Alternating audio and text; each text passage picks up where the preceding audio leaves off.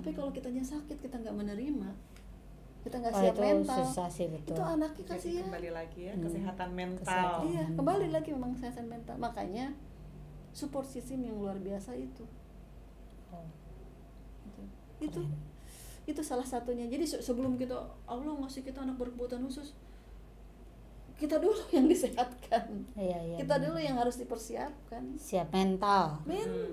Karena membutuhkan segala yang luar biasa ya itu. Sabarnya, mentalnya ditubi habis-habisan, duitnya, gitu Fisiknya. kan. Fisiknya, Iya. gitu. Iya sih. Kita harus sehat, gitu kan. Yang pertama itu nerima. Allah ngasih kita anak berkebutuhan khusus. Aku mau nanya terakhir nih. Terakhir. Apa harapan Eka untuk anak sendiri lah ya, untuk Denis aja khususnya gitu. Harapan aku adalah Denis tumbuh menjadi anak yang sehat, anak yang kuat, anak yang mandiri, anak yang bisa menginspirasi. Nah, begitu ada di kepala lo terapi, begitu ada harus terapi, apa yang muncul di kepala? Terapi apa? Bukan duitnya berapa? Bismillah itu. Iya. Terapi apa yang harus didahulukan untuk anak baru lahir? Menurut lo Kak, ya maksudnya waktu pada saat itu lo ngerasa sepenting apa nih gue harus melakukan terapi buat anak gue? Penting banget. Emang kalau nggak terapi ada dampak? Ada. Tumbuh kembangnya takutnya tidak optimal. Lebih pengaruhnya ke sana ya. Karena sebagai orang tua baru yang dikasih anak berkebutuhan khusus, terus terang masih nol. Jadi misalkan anak umur sekian bisa jalan, waktu itu target aku Denis harus bisa jalan di umur secara umumnya anak tidak ada masalah. Jadi lebih mungkin kalau gua lengkap tuh lebih ke luarnya dulu, fisiknya dulu. Betul. Baru nanti mungkin setelah itu mungkin baru terapi bicara. Enggak juga itu sejalan. Atau double? Paralel.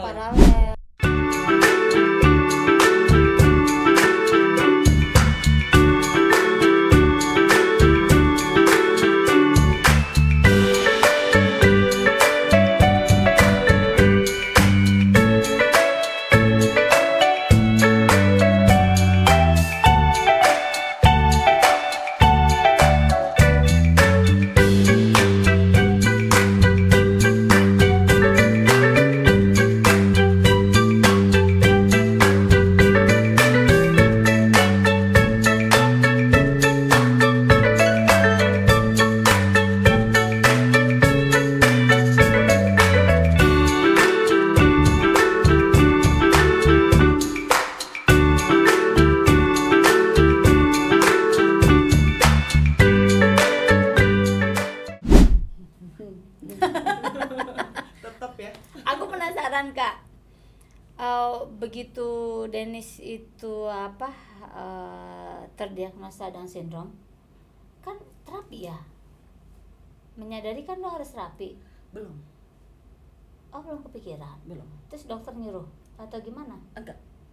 Jadi pertama dikasih tahu Denis diagnosa Down syndrome pas lahir, yang gue pikirkan waktu itu langkah-langkah apa sih yang harus gue lakukan?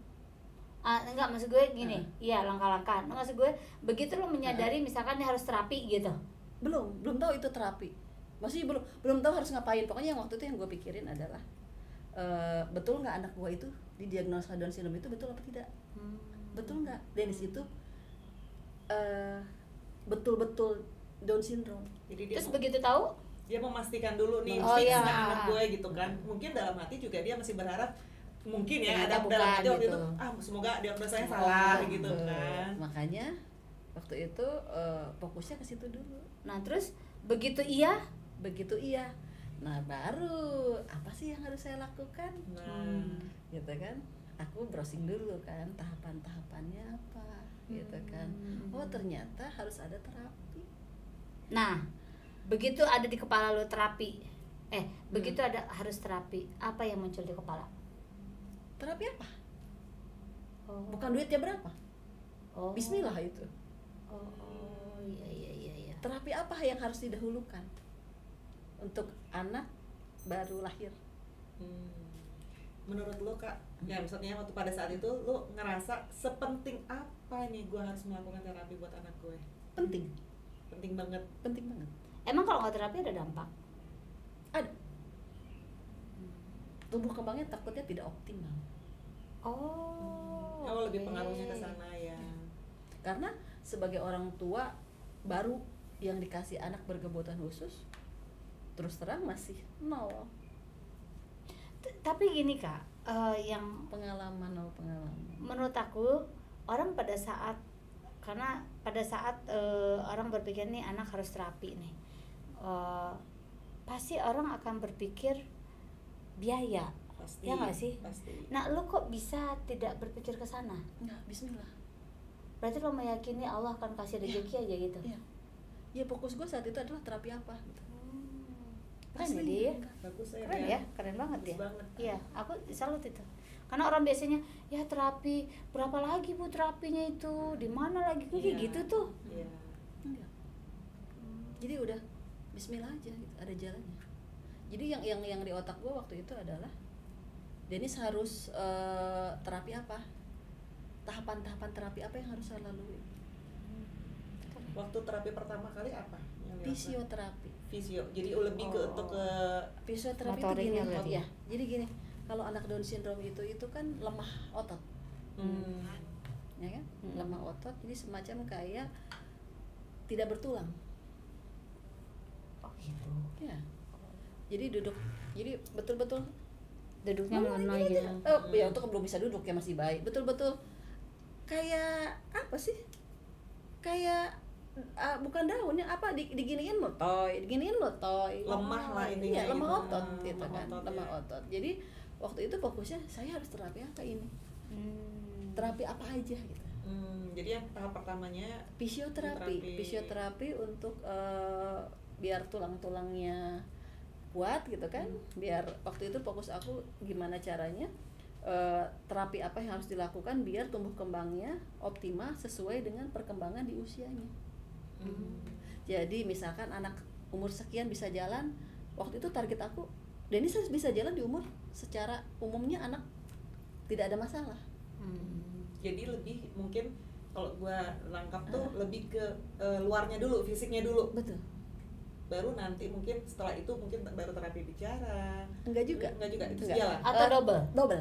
Oh, paralel. Paralel. Ya, karena terapi bicara juga penting karena kan penguatan otot-otot di mulut, terapi bicara, disikat. Iya ternyata. Iya, karena ya itu harus distimulasi. Jadi kayak istilahnya ya, misalkan gitu ya. Kita kayak orang bego dengar Iya, ya. tapi ya Iya. Jadi misalkan gini ya, kalau anak yang pada nggak ada masalah gitu ya, mereka akan tumbuh dengan ininya gitu kan. Tapi kalau misalkan anak yang berkebutuhan khusus tidak diterapi, apalagi itu Down syndrome, tidak ada petunjuk. Kalau misalkan dia lemah, misalkan ke kiri akan ke kiri, ke kanan akan ke kanan misalkan. Jadi bisa jadi bengkok tulangnya. Misal gitu kan, contoh gitu kan. Nah makanya dibikin terapi biar sesuai dengan postur. Berarti terapi itu kalau boleh dibilang terapi itu bukan pilihan ya, tapi keharusan. Kalau untuk berkebutuhan khusus terutama Down syndrome harus. Waktu berarti ini kan udah berlalu 14 tahun lalu. 15 tahun lalu. Boleh di spill gak sih kira-kira biaya per bulan yang lo keluarkan untuk terapi? Zaman dulu Denis itu terapi hampir tiap hari ya. Itu berapa Itu tuh? per sekali datang atau per bulan? Per sekali datang. Itu waktu itu berapa? Mungkin biar ini informasi 150 ya. Waktu itu aku Jam Per itu. jam. Per jam. 150 per jam. per jam. Gitu. Jadi setiap hari itu betul-betul aku disibukkan dengan terapi Denis. Denis sakit keluar masuk rumah sakit karena rentan ya. Iya kan dulu sering banget Iya, dia sering rumah bolak-balik sakit ya benar-benar. Jadi waktu Denis bayi itu betul-betul ekstra yang luar biasa, tapi anehnya ajaibnya alhamdulillahnya aku nggak mikirin duitnya dari mana. Hebat ya? Jalanin aja gitu. Hebat banget loh. Itu kan nggak berlaku di semua orang kan. Iya maksudnya Pasti orang alhamdulillah. kayak kita aja maksudnya pasti mikirnya kan, aduh Iya. biayanya berapa ya gitu, Iya. yang maju mundurnya mungkin lebih ke sana gitu. nggak tahu waktu itu energi aku bukan ke nggak tahu ya, maksudnya energi aku waktu itu gimana caranya ini anak tumbuh sesuai dengan usianya gitu. Pokoknya aku terapi dan ini sehat. Sendiri aku kan dulu kan yang besar yang rapi kan les kemana gitu. Jadi setiap hari tuh aku tuh dari pagi sampai sore tuh ngulicir kayak gitu. Ngulicir, mau Ngulicir. Coba translate dulu artinya Ngulicir. apa, ngulicir Kedai artinya. cicing gitu kan, itu Kedai kan. cicing. Yang dengar bukannya dapat pencerahan malah tambah pusing. Aduh, Apa sih udah bahasa ngulicir, ibu-ibunya kedai katanya cicing, gitu. aduh. Iya, jadi memang waktu itu Pergi-pergi terus maksudnya, pergi-pergi terus. Waktu itu memang aku fokusnya untuk terapi sih. Kak, ada nggak sih teman, misalnya pengalaman lo gitu di teman-teman yang akhirnya tidak melakukan terapi lagi karena mungkin Iya. kekurangan biaya gitu, atau ngerasa udahlah ya cukup lah gitu. Padahal kan sebenarnya terapi itu nggak hanya setahun, 2 tahun, 3 tahun. Ini mungkin Seumur lo kan hidup. lakukan terus sampai dengan Lakukan sekarang. sampai Masih sekarang. gua masih lihat gitu ya, Masih. masih banyak terapi-terapi. Mungkin lebih yang ke motoriknya, lebih Iya. ke apa, lebih apa gitu. Jadi semakin besar kan pertumbuhan semakin besar kan kebutuhan terapinya beda-beda ya. Iya. Jadi terapi itu ada macam-macam, ada fisioterapi, terapi bermain, terapi okupasi, terapi sensori, terapi pedagog, itu macam-macam. Jadi semakin anak tumbuh itu terapinya akan beda-beda. Nah tadi yang pertanyaan Nah, gua, kalau iya, yang kalau misalnya dia tidak melakukan, atau misalnya ada nggak yang Ya, berhenti di karena tengah jalan kondisi- gitu, karena kondisi. Sebetulnya ya. gini ya, sebetulnya terapi itu adalah kegiatan sehari-hari kita pada umumnya. Yang zaman dulu aja kita nggak ada terapi-terapi, tapi sebetulnya anak-anak zaman dulu itu mereka melakukan terapi. Jadi kalau memang menurut aku tidak ada kemampuan untuk melakukan terapi, kita bisa belajar. Orang tua perlu betul. Orang tua maupun orang tua yang berkebutuhan khusus ataupun bukan, memang dituntut untuk terus belajar. Iya itu pasti. Ya itu dari situ kita sebetulnya bisa menterapi anak kita sendiri. Oh, jadi kita belajar ya gimana terapinya, Ya. apa aja yang harus dilakukan, Betul, step by betul, stepnya. betul. Iya. Itu belajarnya di mana? Ya kan sekarang udah media sekarang kan Banyak iya, informasi banyak ya. informasi. Ya, betul. Ya itulah makanya kita tuh harus selalu semangat untuk tumbuh kembang anak kita. Atau mungkin bisa misalnya gini, anaknya si A nggak terapi gitu, terus kalau Eka kan terapi, bisa kan nanya, Kak apa aja diajarin di sana? Bisa. Ya mungkin gitu ya, jadi salah satu mungkin itu jadi bagus juga sih, jadi pilihan gitu. Iya. Kalau memang kita punya keterbatasan biaya, Iya. kita bisa lakukan sendiri terapi buat anak-anak. Yang pasti mah jangan diam. Oh. Seorang ibu yang dikasih anak berkebutuhan itu jangan diam. Dia harus banyak belajar dan banyak melakukan apapun demi anaknya. Entah itu banyak bertanya. Mungkin dengan masuk komunitas salah satu kali. Iya. Kalau masuk komunitas Iya. kita bisa bertanya di mana nih, misalkan di rumah Biasanya sakit. komunitas itu bisa ada memfasilitasi. Atau sharing itu kan buat sharing informasi gitu. Betul. Mungkin kita nggak lakukan terapi kayak tadi yang gue bilang gitu. Jadi gue nyontek aja deh, lo terapinya Bisa. apa aja Bisa. gitu kan. Bisa. Iya kan? Ya walaupun mungkin setiap anak berbeda-beda kan, pasti Iya. kondisinya berbeda. Tapi pada intinya adalah si terapi itu garis besarnya sama aja gitu. Gitu. Jadi ini agak melenceng sedikit. Jadi makanya gue bilang, kan suka orang bilang ke dokter si A bagus nih buat kurus, si Iya. dokter si B bagus nih buat ini. Itu semua sesuai Cuman, kebutuhan. nah makanya gue bilang akhirnya tuh sebenarnya mikir gini, si dokter A terapi misalnya, ya udah yang penting makan 3 sendok segala macam. Terus gue selalu ngomong, gue udah ganti-ganti dokter dan cuma ngomong kalau lu bisa jaga pola makan, lu badan lu akan bagus gitu. Olahraga. Intinya kan balik lagi kedisiplinan kita, Kita. kemauannya Betul, kita betul. gitu. Nah, Jadi kalau itu- kayak itu. diterapin di sini konteksnya ya ibunya orang tuanya atau Nggak boleh lingkungan diam. sekitarnya yang harus membantu tuh anak agar bisa melakukannya gitu Iya. kan. Bayar terapi itu mahal ya. Pasti. Mahal. Makanya Misalkan tadi contoh. makanya gua minta di spill Contoh. harganya. Iya, Contoh 150 gini. zaman tahun dulu loh. Contoh 15 gini ya. tahun lalu. Contoh gini ya. Iya. Contoh gini ya. Hiking, ya kan. Hiking itu jalan di Nanjak. di tatapakan nanya Jalan setapak. tatapakan atau jalan setapak, atau belajar berjalan di kelikir ya, di kerikil, jalan kerikil. berbatu. Jadi gini, Ini gampang. jadi gini, kalau kita ikut hiking itu kan bayar mahal, 250. Pergi aja sendiri. Sebetulnya orang tua ibu bisa pergi sendiri dengan anaknya. Ayo jalan yuk, kita ke sawah orang itu nanawan gitunya, pokoknya si anak Jangan sawah di mana di Bandung ya. Dibicarakan sama Batur masih banyak kan di daerah Bandung Timur di mana gitu. Iya. Sebetulnya bisa gitu. Oh, iya. Atau misalkan ke daerah lingkungan yang misalkan perumahan lagi ngebangun gitu kan. Kan suka aya gundukan pasir.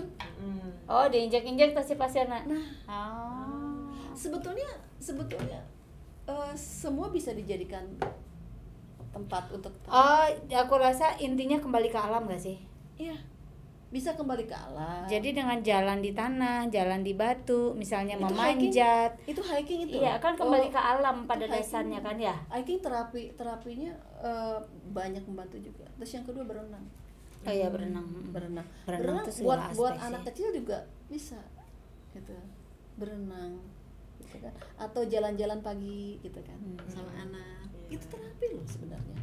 Terus ibu di rumah bikin media sama yang belajar sama anak yang zaman dulu yang engklek gitu. Nah, itu terapi loh. Oh, yang kaki satu itu. Iya. Itu terapi. Tapi anak-anakku dulu aku ajarin loh main kelereng. Iya, itu terapi. Jadi taman belakang tuh aku bikin lubang kelereng, main kelereng, terus main engklek, Jadi main karet. sebenarnya bermain anak itu terapi. Cuma memang di kotak-kotakin ini namanya terapi ini namanya terapi itu. Ya. Asalkan kita mau membersamai anak kita, asalkan kita mau bermain sama anak itu tuh terapi. Karena di tempat terapi juga sama. Anak tuh dibiarkan bermain sama terapisnya, melakukan hal-hal yang kita lakukan di rumah. Cuma bedanya mereka punya program. Ya. Kita juga sebenarnya bisa bikin program sendiri. Gitu. Kayak misalkan bari-bari fisioterapi misalkan, kita bisa belajar kan apa sih fisioterapi itu? Kita perlunya ngapain aja sih? Misalkan kalau kita nggak punya uang, kita bisa menterapikan anak kita di rumah. Jadi intinya kecemasan itu udah jangan cemas lagi deh, kalau misalnya nggak bisa terapi bisa dilakukan di rumah. Bisa. Tapi kalau kayak ini ada nggak sih Kak? Misalkan di puskesmas gitu ada nggak sih buat terapi atau dinas sosial, maksudnya terapi free gitu untuk orang-orang yang ya mungkin tidak semua orang bisa dengan biaya per jam setiap hari. Katanya masih ada. Oh, ada. Cuma aku nggak tahu. Oh, mungkin harus cari informasi lah ya. Cari informasi kalau ada. Tapi logikanya harusnya ada sih. Ada. Ada gitu. Bisa ya, baru tahu juga aku. Jadi keingetan kita kan zaman dulu, orang tua tuh bebasin kita main di halaman. Ya, itu terapi loh. Sebenarnya kalau kita sekarang mungkin nggak terlalu ngikutin perkembangan zaman, kita terapin yang dulu kita lakukan pada saat kecil. Kayaknya anak-anak baik-baik aja kali ya, bener nggak sih? Iya. Yang main batu, main gundu, main apa, naik pohon. Ya, gue juga inget banget. Terus makanya gue lompat suka galah. manjat mangga. lompat Manjat. galah. Terus lompat apa yang tali. Iya, main karet, Terus iya. selalu gue inget banget kayak gue cerita anak gue yang cowok yang kedua tuh kan emang agak merasa agak terlambat karena anak perempuan di atasnya gitu kan ya, ada patokannya gitu, padahal nggak juga. Selalu ngomong sama nyokap, "Ma, ini bisa jalan nggak sih si abang, nanti bisa ngomong nggak ya, kok lambat gitu ngomongnya." Makanya nyokap gue ngomong, ya makanya diajak ngomong anaknya. Iya, jadi kalau yang ngasuh gitu ya, ini teori harus orang tua, bawelnya. harus bawel, ngoceh aja terus. Itu tuh pasti ngebantu anaknya untuk bisa cepat berbicara gitu. Betul. Cuma gini ya, cuma memang sebelum kita melakukan terapi untuk anak kita, kebutuhannya terapi apa aja, kita memang harus pertama ke ahlinya dulu. Oh, tetap harus bertanya assessment. dulu. Oh. Assessment. Jadi harus Iya. asesmen anak kita. Sebetulnya kan ada Biar masalah lebih kan. terarah ya. Biar tahapan-tahapannya sesuai gitu loh. Oh. Misalkan pada saat kita ke yang kompeten di bidangnya gitu kan, di asesmen, oh anak kita saat ini butuhnya ini terapi apa aja, dibuatkan programnya, gitu kan. Bedanya itu aja sebenarnya ya, datang ke tempat terapi sama kita melakukan sendiri. Memang perlu sebetulnya sekali dua kali untuk datang ke Untuk belajar aja kalian, untuk bukan melihat belajar, bagaimana suasana. untuk ini aja, untuk yang dibutuhkan anak kita tuh terapi apa aja. gitu kan, program apa gitu kan. Nah kalau memang ternyata tidak punya uang sama sekali, itu masuk ke dalam komunitas gitu kan. Cuma sekarang juga banyak kok yang misalkan terapi-terapi yang tadi yang katanya bisa pakai PBCS ya. Cuma karena saya tidak mengalami itu, jadi punten saya tidak bisa ngasih informasi lebih jelas. Ya mungkin bisa ditanya-tanya aja ada nanti. terapinya, ada Katanya bisa boleh cover gitu. ada katanya gitu kan. Ya bisa ditanya-tanya aja nanti ke BPJS bisa atau enggaknya. Tapi yang melakukan terapi gitu kan bukan rumah sakit ya Kak? Bukan, dia ahlinya gitu kan. Tenaga khusus gitu tenaga kan maksudnya khusus. Sebetulnya yang tadi dibilang yang melakukan asesmen itu dia keilmuan kan, dia belajar kan, nggak sembarangan kan untuk asesmen anak kan, kebutuhannya di mana gitu kan. Nah dia punya asisten, pegawainya lah ya asisten. Nah dia juga tetap harus belajar. Oh si asistennya juga Tetap belajar. semuanya harus belajar. Oh Jadi, iyalah nanti kalau ditanya dia bisa jawab. harus tetap harus belajar untuk melakukan program yang dikasih sama beliau gitu kan. Di sini mah dulu rekam medik kan, dokter rekam medik. Pertama kan tahapannya dari dokter anak dulu, ditujukan kepada dokter rekam medis gitu. Rekam medis atau rehab medis? Rekam medis. Rekam medis mah. Rekam medis itu kan sih? Bukannya rekam medis Bukan itu hasil itu ya? Iya, rekaman medis ya, anak kita dari awal. Gitu. Rekam medis dari dokter anak gitu. Oh, rekam medis. Iya. Jadi nanti rekam medis itu hasil pemeriksaan yang dilakukan dokter anak itu kali ya? Iya, kan kalau rekam medis itu kan ya sejarah-sejarahnya kan. Iya, gitu kan. Emang ada dokter rekam medis? Kalau nggak salah ada ya, coba deh. Dulu sih aku lihat dokter rekam medis di situ. Oh, rekam medis, bukan rehab medis. Bukan ya? Bukan Nanti rehab. mungkin bisa dicari tahu lah. Ah, Udah bisa jangan berantem gara-gara itu. Iya Kak, sebentar Kak. Iya, jadi memang sebelum kita melakukan anak terapi dengan sendiri, memang tetap harus ada ini dulu yang menunjukkan gitu, petunjuk. Dia harus ada di asesmen dulu. Namanya kita melakukan suatu program kan, masa harus ngasih ini aja, tanpa kita tahu bahwa kebutuhan si anak tuh apa aja gitu. Betul. Oh benar sih. Setidaknya datang dulu ke dokter terus dikasih tahu anak butuh terapi A B C D, lalu kita tinggal mencari bagaimana nih terapinya, di mana kalau ada uang ya cari, kalau tidak mungkin di puskesmas atau pelajari bagaimana bentuk terapinya, kita bisa praktek juga di rumah gitu ya. Harus jadi intinya sih orang tua tuh tidak boleh diam. Harus pintar-pintar cari informasi, harus ngulik lah ya gitu. Jadi jangan mikir aduh nggak punya duit terus anaknya didiemin aja. Jangan jangan. Terus jangan juga diumpetin. Sosialisasi itu salah satu terapi. Sosialisasi itu kan salah satu terapi. Berarti selama ini sebenarnya kan lo ngajak-ngajak Dennis dari keluar. bayi Itu salah satu lo menstimulasi kah? Betul. Biar anak tumbuh percaya diri dan biar anak dari usia dini berhadapan dengan orang lain, bukan hanya ibu bapaknya yang ada di rumah atau orang-orang rumah. Apa aja sih yang bisa dilakukan ibu-ibu untuk menstimulasi anaknya di rumah? Ibu-ibu dan bapak-bapak dan kakak-kakak bermain dan adik-adiknya bermain. Bermain. Anak diajak bermain, anak diajak berkomunikasi. Jangan dibiarkan anteng sendiri, apalagi sekarang ada gadget. Racun itu racun. Jadi sebenarnya lepas gadget ya? Iya, harus ada interaksi pokoknya mah di rumah. Interaksi dengan orang rumah. Oh gitu. Jadi misalkan anak pengen pinter ngomong, pengen lancar, pengen apa, diajak ngomong. Ya itu tadi terapinya salah satunya yang udah pasti yang dilakukan terapi di rumah. Terapi bicara lah, diajak bisa ngomong. diajak main, mungkin diajak lari-larian, diajak main puzzle, ajak apalah ya intinya sekalian mungkin dia sambil belajar ngomong. Jadi kalau misalkan anak ngomongnya belum jelas, kita kalau ngomong sama anak harus pelan-pelan. Biar artikulasinya juga dia jelas. Jadi jelas. Jadi jangan cepet, jangan cepet. Nanti anak pusing. Misalkan kalau anak lagi belajar ngomong sepatu, biarkan dia ngikutin sepatu. Jadi ngomongnya harus pelan-pelan. Biar anak juga ngikutin. Itu salah satu terapi bicara. Gitu. Untuk anak yang memang udah menginjak ke usia ini ya, bukan kecil lagi gitu kan. Kalau waktu kecil terapi bicaranya itu disikat-sikat, dipijet-pijet ininya, pipinya, ininya, alis-alisnya mah yang rongga-rongga mulut. Gimana mijitnya? Kan jadi tangan masuk? Pakai ini, sikat. Yang kayak sikat gigian bayi itu yang masuk telunjuk. Itu Itu terapi bicara waktu kecil. Merangsang. Gitu. Tapi aku suka lihat di YouTube tuh, di IG tuh aku follow orang asing. Dia membuat alat mainan di rumah buat anaknya. Jadi misalkan anaknya ingin merasakan pasir, dia bikin kotak isinya pasir dan tertutup, jadi masukin tangannya. Terus dia misalkan masukin benang ke jarum, jadi dia bikin ring-ring besar, anaknya masukin. Sebetulnya jadi banyak emang bisa dibikin sebenarnya semua. Yang penting ibu orang tuh kreatif. Iya benar. Iya. Dan alatnya apa adanya sih. Nah, kadang dari karton gitu. Kebayang. Nah itu. Jadi maksudnya gini. Intinya jangan diam. Nggak punya uang udah diam aja. Anak dibiarkan. Itu salah udah. Salah. Nanti anak tidak tumbuh kembang dengan optimal tuh. Dan buang-buang waktu ya.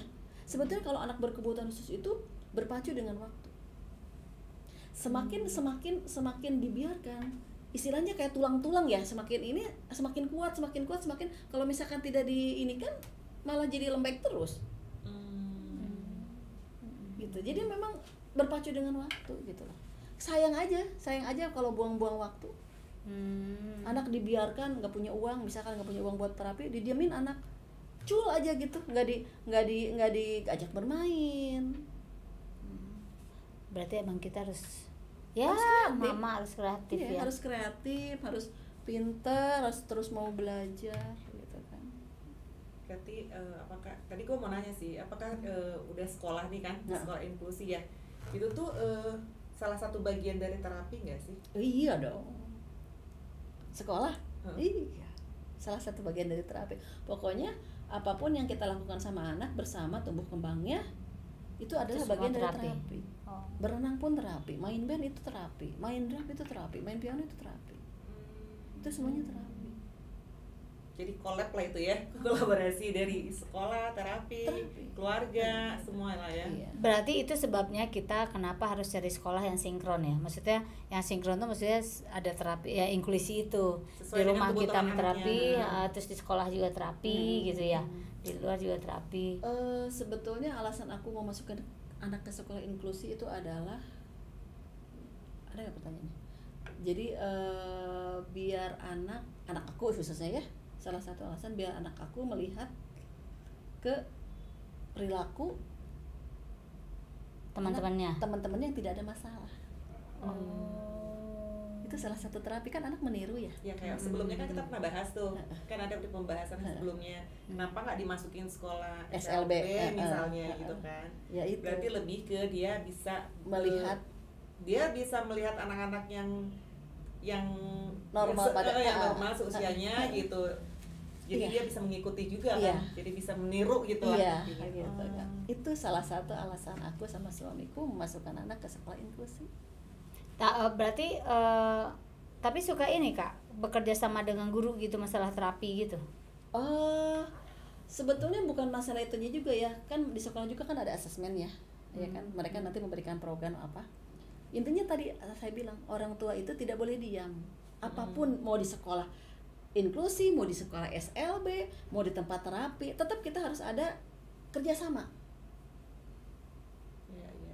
Jadi jangan cicing wae menerima apapun. Jangan diem aja menerima apapun. Tong cicing wae. Translate via suara. Entong pasrah wae gitu, apa yang diberikan sama sekolah atau sama pihak-pihak luar dari anak kita. Ya iya, mangga enggak gitu. Tetap kita harus ada kerjasama. Misalkan kita tahu nih kebutuhan anak kita ini, ya kan, dari sekolah tidak mendapatkan ini, misal gitu, kita harus support yang nggak adanya gitu kan. Kenapa gitu kan, kenapa gitu kan. Alhamdulillahnya di sekolahnya Denis itu pihak sekolah tuh mereka tuh open banget, kerjasamanya bagus gitu kan. Apa yang dibutuhkan sama Denis mereka tidak memberikan, aku selalu ini kenapa ini nanti begini ya gini, jalan gitu komunikasinya. Bukan berarti sekarang banyak kok sekolah luar biasa yang bagus-bagus gitu kan, mereka juga punya program sendiri gitu kan.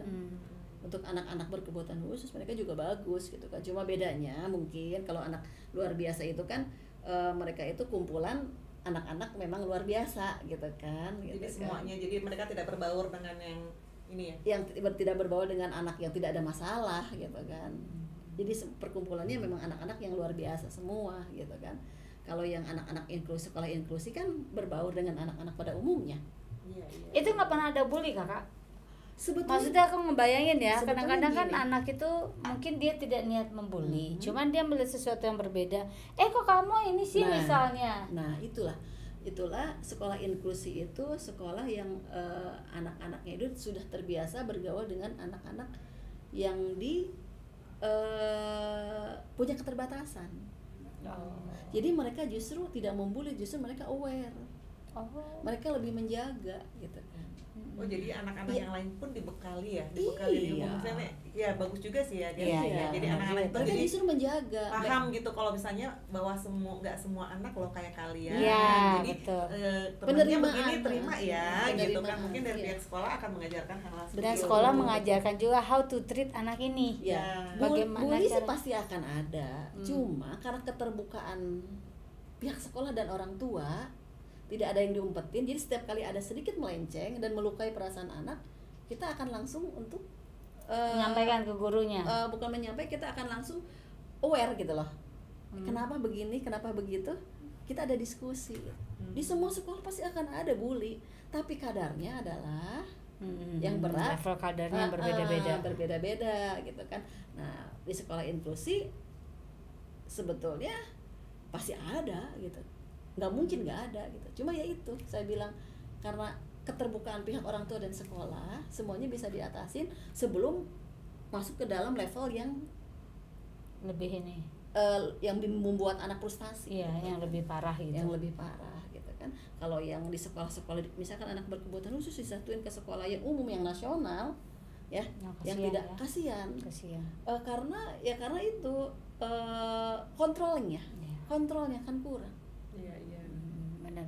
Jadi kalau kontrol kurang, anak dibully nggak tahu perasaan anak yang dibully, nggak tahu perasaan anak yang membully. Karena ya itu, mereka bukan ranah kita terlalu dalam untuk mencampur urusan tersebut kan gitu kan. Iya kan? Nah, kalau inklusi kan memang udah bagian dari situ. Dan mungkin dari awal juga anak-anak inklusi ini udah diberikan penanaman untuk sesama walaupun berbeda Setiap anak itu keadaan. unik. Ya kan tadi jadi yang ya gue setiap jelasin anak gitu unik kan. ya betul. Jadi memang si anak-anak tuh udah dibekali atau udah dikasih tahu nih, diajarkan gitu kalau di lingkungan kalian tuh ada anak-anak yang lain. Penerimaan, terima ya atau misalnya Jaga ya. gitu. Jadi memang Keren ya ya. benar sih. Jadi sekolah Keren yang ya. pasti keren ya. Keren banget sih itu. Ya keren memang. Tapi ya uangnya juga keren. Iya, uangnya juga keren. Nah, bagaimana caranya? Itu dia. Apa tuh? Enggak, aku tuh mikir gini, kan tadi kayak biaya besar, Sis. Iya. Biaya besar, pasti tidak semua orang mempunyai dana. Iya. Gimana ya cara mereka menyikapi supaya masih bisa gitu ngurus anak, bukan ngurus ya, terapi Ya, anak lakukan atau terapi sekolah buat anak atau pilih dengan sekolah kondisi, gitu. Gimana ya? Salah satu caranya aku bilang tadi, ikut komunitas. Nanti komunitas ini yang mengarahkan, yang memberitahu. Komunitas, jadi komunitas itu kan perkumpulan orang tua yang misalkan punya masalah yang serupa. Misalkan autism, Down syndrome gitu kan. Itu kan mereka ada satu perkumpulan yang tidak disatukan ya. Ya, mereka kan punya kesulitan bersama. Ya, betul. Punya merasa senasib. Ya kan istilahnya gitu. Iya, Punya betul. sesuatu yang anak saya butuh ini loh, misalkan anak saya lagi begini loh. Kita harus ngapain ya? Mereka akan sharing di situ. Iya. Oh iya, betul. Jadi tidak merasa sendiri gitu. Masuklah komunitas kalau memang dirasa tidak mempunyai biaya yang cukup untuk melakukan berbagai macam hal dalam terapi. Karena biasanya kalau komunitas udah besar, mereka itu akan menyediakan fasilitas itu untuk anak-anak. Oh, Iya. bagus ya. Bagus. Aku Kalau dia pernah udah ikut, besar. ya aku jadi ingat Kak, betul. Iya. Kemarin kan anakku waktu itu sempat sakit itu. Saya ikut satu komunitas yang anakku ini. Dan itu kan dikasih tahu kalau di Indonesia obatnya dokternya ini. Kalau dokter ini bayaran segini, kalau ini gini. Terus kalau di luar kita kesini gitu. Terus pakai nanti dibantu oleh ada orang dari luarnya yang dia khusus untuk memintakan diskonnya. dia akan mengurus untuk itu, karena ada level-level tertentu. Anakku kan skoliosis, ada level tertentu yang harus dioperasi. Nah kalau kita ke sana nanti yang ngurusin koprofnya itu si ini, nanti kalau dengan si ini dia akan dapat diskon sebesar ini, begini. Komunitas Gitu, itu kan betul, dibentuk betul. untuk memberikan kemanfaatan. Oh iya, iya. Iya, untuk kita berbagi istilahnya berbagi suka dan duka lah. Di situ komunitas berbagi informasi, suka duka, berbagi segala macam. Itulah kenapa komunitas itu dibentuk. Nggak mungkin komunitas dibentuk hanya untuk ngumpul-ngumpul nggak ada tujuan. Iya, berbagi Jadi info. kalau memang dikira-kira kurang saya keterbatasan, masuklah komunitas. Saya selalu misalkan dalam perjalanan kebetulan alhamdulillah ada yang satu sama lah gitu, punya anak-anak yang sama Down syndrome. Saya selalu bilang masuk komunitas ini. Di situ banyak loh fasilitasnya. Betul. Pemeriksaan mata, pemeriksaan gigi itu mah gratis. Gitu kan? Di situ juga bisa sharing apa yang harus dilakukan, apa yang dibutuhkan, ada sekolahnya. Sekolah istilah bukan sekolah ya, pelatihannya gitu kan. Berarti itu salah satu tips buat mama-mama di luar ya. Iya. Kalau yang memang ada keterbatasan dana, carilah komunitas yang insya Allah pasti akan mempermudah lah ya. Ada jalan-jalannya. Mempermudah dan memberikan banyak efek yang luar biasa. Merasa tidak sendiri. Iya. Dan yang pasti harus kreatif. Ya, jadilah ya. seorang apabila Allah ngasih kita anak berkebutuhan khusus, jadilah ibu yang cerdas. Jadilah ibu yang kreatif, jadilah ibu yang mentalnya udah siap dengan sabar yang luar biasa. Ya karena itu titipan Allah, kita nggak bisa menolak gitu kan. Makanya kita harus menyehatkan diri kita sendiri supaya kita bisa bergerak lebih luas. Ya, Kita harus bisa banyak bergerak gitu kan.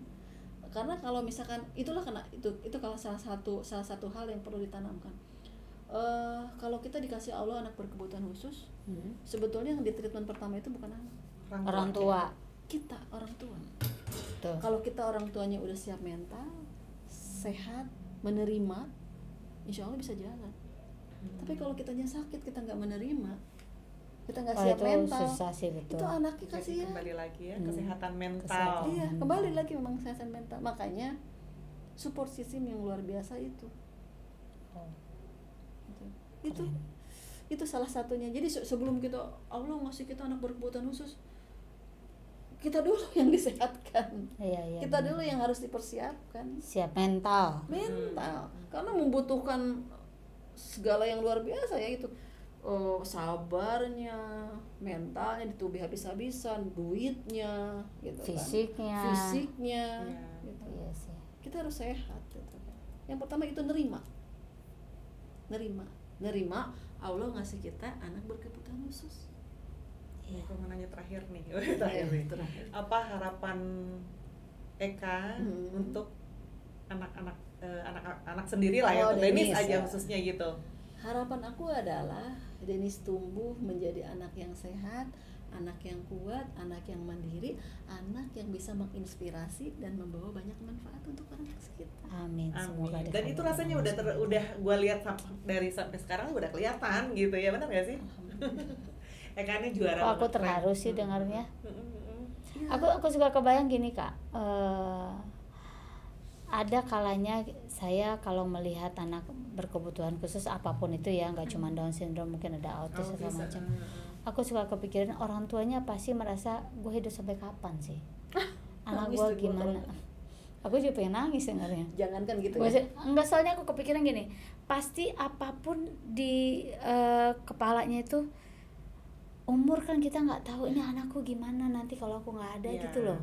Aduh, itu mah nggak usah jauh-jauh ya, waktu kemarin acara yang KDM membubarkan barak, ya kan ada anak-anak yang ibunya atau anaknya mencari orang tuanya, terus ada anak yang lirik karena nggak ada orang tuanya, nggak ada ibunya, dan gue nangis dong, tiba-tiba nangisnya benar-benar sesungguhkan. Ya Allah, kalau misalkan saya nggak ada, ini mencari saya gimana? Ya sedih. Jadi saya bilang, ya Allah, saya ingin sehat. Kalau bisa saya ingin membersamai Denis Apa yang maut memisahkan gitu. Itu aja membuat hal kecil gitu ya, Iya. membuat kita berpikiran jauh terus gitu kan. Dan udah saya titipin ke kakaknya kan, kalau nanti AA nikah, kalau nanti AA cari pasangan, kalau apa yang akan AA lakukan kalau pasangan AA dan keluarganya tidak menerima adik, aku nggak akan nikah sama dia. Sedih aku. Gitu kan. Karena AA satu-satunya harapan mami sama papa kan. Gitu. Karena Sedih aku. kita mau nitip sama siapa ya, sama AA. Sampai kakaknya udah saya persiapkan seperti itu.